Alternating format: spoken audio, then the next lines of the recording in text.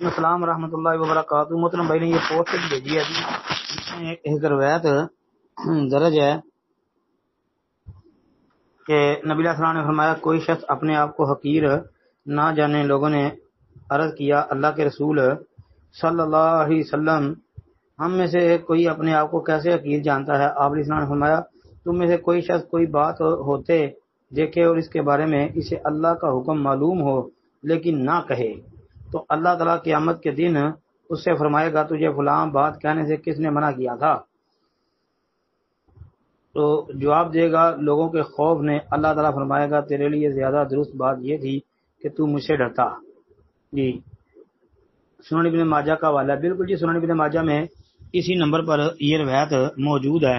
الفاظ ہیں لا يحقر احدکم نفسہ قالوا یا رسول اللہ کیف یحقر احدنا نفسہ قال یرا امرا للہ علیہ فیہ مقال ثم لا یقول فیہ فیقول اللہ عز وجل له یوم القیامت ما منعک ان تقول فی کذا وکذا فیقول خشیت الناس فیقول فایای کنت احق ان تخشا۔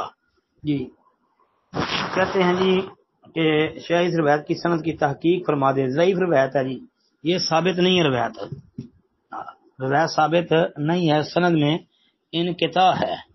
ایک بات یہ بڑی علت ہے انقطاع والی، یہ سمجھو کہ مرکزی علت ہی یہ ہے۔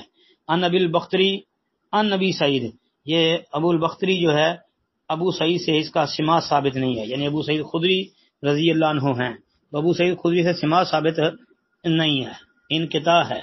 باقی یہ سند میں اعمش کی بھی تدلیس ہے۔ ابو معاویہ ضریر ہے تو وہ بھی مدلس ہے، تو اس لیے یہ روایت سندن ضعیف ہے۔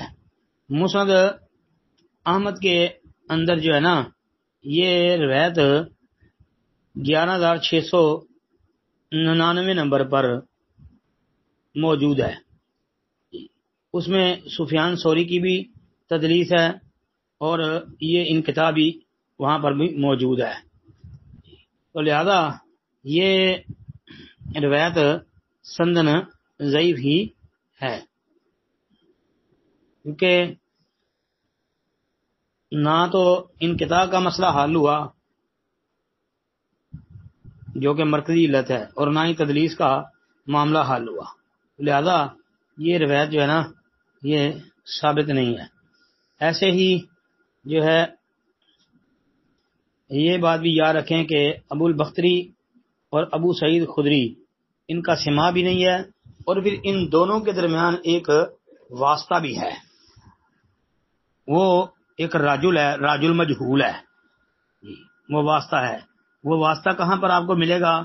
مسند ابو داود الطیالسی کے اندر 2320 نمبر حدیث ہے، ابو البختری ان راجل ان نبی سعید۔ تو یہاں جہاں درمیان میں واسطہ آیا ہے تو وہ راوی کی جہالت ہے وہاں پر۔ السلام علیکم ورحمۃ اللہ۔ السلام ورحمۃ اللہ وبرکاتہ۔ یہ پوسٹ ہے جی، ماں باپ کو دفنانے کے بعد یہ بات یاد رکھنا، یہ پوسٹ کہ حضور پاک علیہ السلام نے فرمایا جب آپ کے والدین کی موت ہو جائے تو ان کی قبر کے قریب بیٹھ کر اللہ کا ذکر اتنی دیر تک کرو جتنی دیر تک اونٹ ذبح کر کے تقسیم کیا جاتا ہے۔ جی نہیں جی، ایسی کوئی بھی روایت نبی کریم صلی اللہ علیہ وسلم نے ارشاد نہیں فرمائی۔ ہمارے علم کے مطابق تو ظاہرہ خطبہ حدیث میں محمد رسول اللہ صلی اللہ علیہ وسلم کا ایسا کوئی فرمان نہیں ہے۔ ہاں صحابی رسول کے متعلق ایک روایت صحیح مسلم وغیرہ کے اندر آتی ہے کہ انہوں نے یہ وصیت کی تھی کہ میرے فوت ہو جانے کے بعد مجھے قبر میں دفن کر کے اتنی دیر دعا کرنا کہ جتنی دیر ایک اونٹ کو ذبح کر کے اس کو پکا کے تقسیم کر کے کھایا کیا جاتا ہے، یعنی اتنی دیر تک۔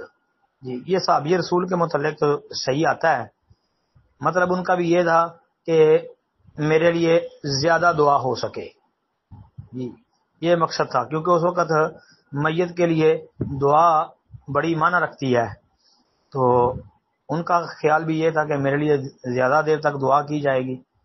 تو صحابی کے متعلق آتا ہے، یعنی موقوف روایت ہے، لیکن نبی علیہ الصلوۃ والسلام کے حوالے سے ایسی کوئی بھی روایت ظاہرہ خطبہ حدیث کے اندر ہماری تحقیق میں تو نہیں ہے۔ ھذا ما عندی واللہ اعلم۔ السلام علیکم ورحمۃ اللہ۔